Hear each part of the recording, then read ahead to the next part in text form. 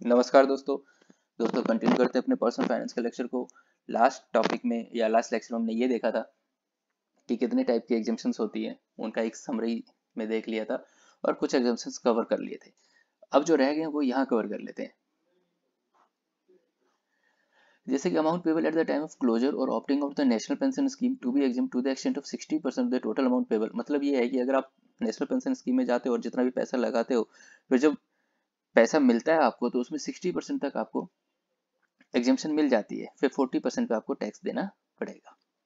ये सब partial exemption है, ठीक है। टैक्स एग्जाम्शन और partial withdrawal from national pension system will be system by an employ. जब आप पार्शियल विड्रॉल करते हो नेशनल पेंशन सिस्टम से तो उसमें क्या है, partial withdrawal to the extent it does not exceed 25% of the contribution shall be the, मतलब जो भी आपने कंट्रीब्यूशन किया होगा उसका विड्रॉल कर रहे हो तो 25% से ज्यादा मत करना। विड्रॉल पार्शियल विड्रॉल कर रहे हो तो 25% से ज्यादा करोगे तो फिर आपको टैक्स देना पड़ेगा, ठीक है।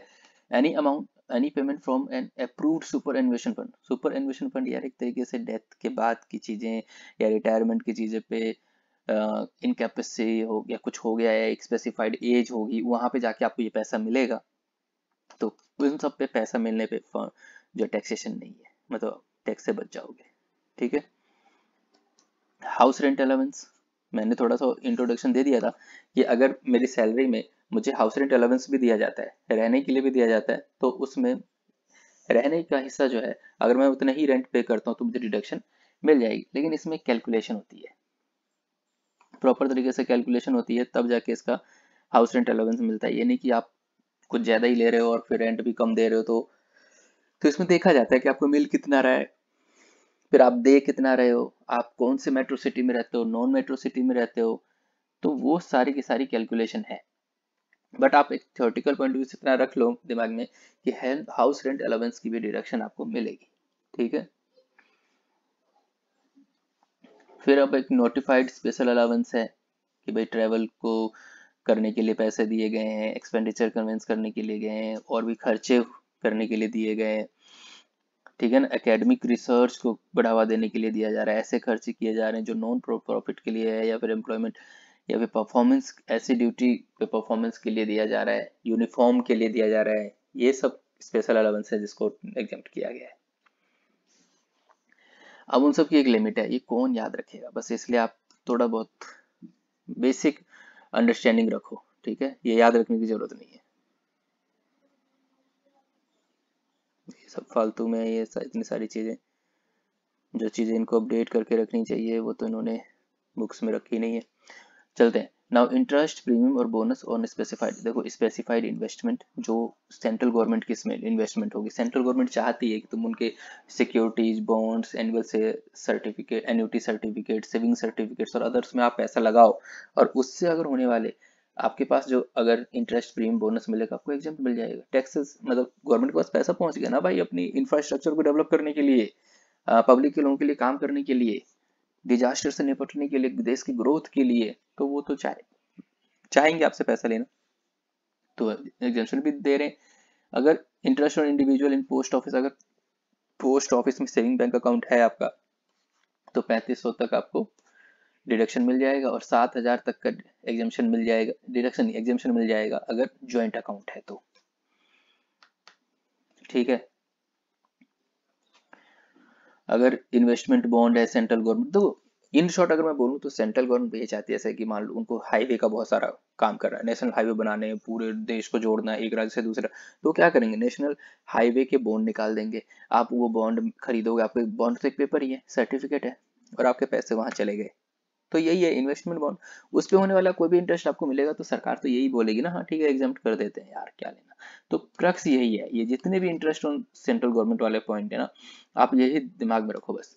Now scholarship granted to meet the cost of, भाई जो स्कॉलरशिप मिलता है एक बच्चों को एजुकेशन पूरा करने के लिए, उस पर भी टैक्स नहीं है। एमपी एमएलए को सारे डेली अलाउंस, तो बस आप इतना याद रखो कि एमपी एमएलए को कोई अलाउंस दिया जा रहा है ना तो उस पर टैक्स नहीं है, ठीक है। अवार्ड या रिवॉर्ड दिया जा रहा है उस पर टैक्स, तो यार ये अवार्ड रिवॉर्ड कोई प्राइवेट कंपनी थोड़ी ना देगी जिसपे आपको एग्जामिशन की बात हो रही, नहीं। अवार्ड और रिवॉर्ड जो स्टेट गवर्नमेंट या अप्रूव्ड बाय सेंट्रल गवर्नमेंट, ऐसे लोग अवार्ड या रिवॉर्ड दे रहे हैं तो उस पर टैक्स नहीं है। फिर pension received by certain awardee और मेंबर ऑफ देयर फैमिली। भाई ऐसे लोगों को जैसे परमवीर चक्र दिया गया, सेना में अच्छा करने के लिए महावीर चक्र दिया, गैलेंट्री अवार्ड दिए गए, तो यार इनकी डेथ के बाद किसी को दिया जा रहा है, उनकी फैमिली को दिया जा रहा है, इन पे थोड़ी ना ये टैक्स ले लेंगे, एग्जेम्पशन है ये सब। अगर फैमिली पेंशन में मिल रहा है आर्म फोर्सेस को उनकी डेथ के बाद, उनके शहीद होने के बाद, तो उस पर एग्जेम्पशन है। ये जो लोकल अथॉरिटीज है, म्यूनिसिपल कॉर्पोरेशन या पंचायत कह सकते हो, इन सब की अगर कोई इनकम हो रही है, इनकम ऑफ लोकल अथॉरिटी, तो वो एग्जेम्प्ट है। अगर इनको इनकम फ्रॉम हाउस प्रॉपर्टी हो रही है तो भी एग्जेम्प्ट है। कैपिटल गेन की इनकम हो रही है तो भी एग्जेम्प्ट है। पीजीवीपी की इनकम मतलब प्रॉफिट इनकम फ्रॉम ट्रेड और बिजनेस की इनकम हो रही है तो भी एग्जेम्प्ट है। अब ये क्या बिजनेस करेंगे, ये जैसे वाटर और इलेक्ट्रिसिटी आपको दे रहे हैं अपने जुरिडिक्शन एरिया में, तो इनका एग्जेम्प्ट है। कोई कम्युनिटी और सर्विस दे रहे हैं अपने जुरिडिक्शन एरिया में, अपना ही क्षेत्र है उनका, तो एग्जेम्प्ट है। तो अगर ये कहें इन शॉर्ट, तो लोकल अथॉरिटी को सारी इनकम एग्जेम्प्ट है, बट एक चीज को छोड़ के, वो है income derive from the supply of commodity और सर्विस आउटसाइड इट्स जुरिडिक्शनल एरिया। मतलब अपने एरिया को छोड़ के, अपने पावर क्षेत्र को आगे उससे दूर जाके कर रहा है, अपने क्षेत्र से बाहर कर रहा है, और वहां सिर्फ कमोडिटी और सर्विस सप्लाई कर रहा है, तो एग्जेम्प्ट नहीं है। तो सारी इनकम इसकी एग्जेम्प्ट है, बस एक इनकम टैक्सेबल है, वो है अपने जुरिडिक्शन एरिया के बाहर अगर कमोडिटी बेच रहा है, सर्विस बेच रहे हैं, ठीक है, वो भी other than water and electricity. Water electricity outside भी कर रहा है तो फिर एग्जेम्प्ट है। Income of an approved research association, इसका काम है रिसर्च करना, तो इसका तो टोटल इनकम एग्जेम्प्ट है। स्पेसिफाइड न्यूज एजेंसी, अब एक बात बताओ, ये स्पेसिफाइड न्यूज एजेंसी तो गवर्नमेंट डिसाइड करेगी ना, स्पेसिफाइड कौन से होंगे, सेंट्रल गवर्नमेंट डिसाइड करेगी ऐसे न्यूज एजेंसी की। ये थोड़ी ना यूट्यूब पे भी आप न्यूज एंकर बन के आ गए और आपकी कोई इनकम हो रही है तो एग्जेम्प्ट कर देंगे, नहीं यार। स्पेसिफाइड न्यूज एजेंसी जो सेंट्रल गवर्नमेंट बताएगी। कौन है सर, डीडी नेशनल, जो हम नहीं देखते हैं और भी कई सारे होंगे, ठीक है। चलो आगे चलते हैं। Any income, income from house property और any income received by of interest dividend derived from its association.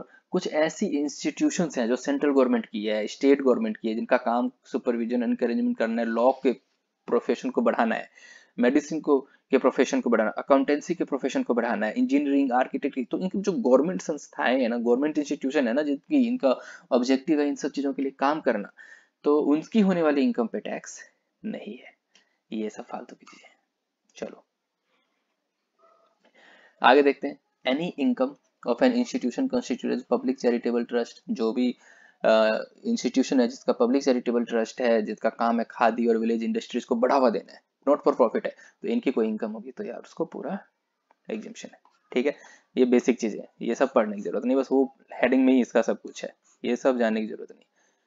Now income of certain funds of national importance, मतलब कुछ सरकार ने कुछ अपने देश के लिए कुछ ऐसा इंपॉर्टेंस के लिए एक कुछ फंड बनाया है, उस फंड में अगर पैसे लगे हैं, उसकी वजह से कोई इनकम आ रही है, तो फिर उसको टैक्स है। सर वो कौन से फंड है, देख लेते हैं। Prime minister national relief fund, ठीक है। प्राइम मिनिस्टर फंड, जैसे फोक आर्टिस्ट हैं, भरतनाट्यम करने वाले, उनको उनके लिए कुछ अच्छा करने के लिए, भाई हमारी धरोहर है, संस्कृति है, उसको बढ़ावा देने के लिए। Prime minister student fund, aid student fund, बच्चों को पढ़ाने के लिए कोई फंड दिया गया है, मतलब बनाया गया, उसमें अगर पैसा है, उससे अगर कोई हो रही है इनकम। कम्युनल हार्मनी, मतलब ये जो धर्म के नाम पे जो लड़ते झगड़ते लोग हैं, ऐसे लोगों को शांत करने के लिए, भाई सब एक साथ रहें, अच्छे से रहें, प्यार से रहें, तो उस सबको बढ़ावा देने के लिए जो कुछ फाउंडेशन बनाई गई है ना, तो ऐसे स्वच्छ भारत कोष, clean Ganga fund, lieutenant governor relief fund, university education को बढ़ावा देने के लिए, हॉस्पिटल्स एजुकेशन इंस्टीट्यूशंस को बनाने के लिए जो फंड बने हैं, ये सारे स्पेशल फंड है। इसमें अगर पैसा हो रहा है, उसके अगर कोई इनकम होती तो उस पर इन सबको एग्जेम्प्ट है, ठीक है। Public religious purpose, public charitable purpose, ये सब के सब स्पेशल फंड में माने जाएंगे। Income of notified mutual fund, ये नोटिफाइड म्यूचुअल, फिर यही बात है ना, ये जो नोटिफाइड म्यूचुअल फंड है, कौन नोटिफाई करेगी भाई, सेंट्रल गवर्नमेंट या आरबीआई करेगी ना अपने ऑफिशियल गैजेट में। उसमें अगर कोई म्यूचुअल फंड में आप पैसा दे रहे हो, उससे फिर अगर कोई इनकम हो रही है तो एग्जेम्प्ट कर देंगे।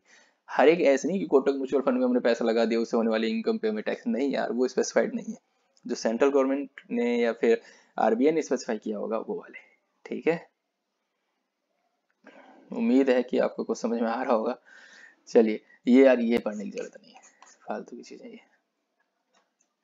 अब है interest on securities which are held by are the property of any provident fund to which provident fund act, मतलब ये कि प्रोविडेंट फंड एक्ट में अगर कोई ऐसी इन्वेस्टमेंट लिखी गई है, सिक्योरिटीज में इन्वेस्टमेंट किया है और फिर वहां पे अगर इंटरेस्ट आ रहा है तो फिर एग्जेम्प्ट है। जैसे देखो income received by the trust and फिर रिकॉग्नाइज्ड प्रोविडेंट फंड से कोई इनकम आ रही है, अप्रूव्ड पर इन्वेस्टमेंट फंड से, अप्रूव्ड ग्रेचुटी फंड से, कोई भी कोल माइंस प्रोविडेंट फंड से, कोई भी एम्प्लॉय प्रोविडेंट फंड से, सब का सब, या फिर कोई सिक्योरिटीज है जो प्रोविडेंट फंड में, प्रोविडेंट फंड एक्ट में की वजह से बनाए गए हैं, तो उस पर अगर होने वाली इनकम पे भी टैक्स नहीं है इन लोगों को।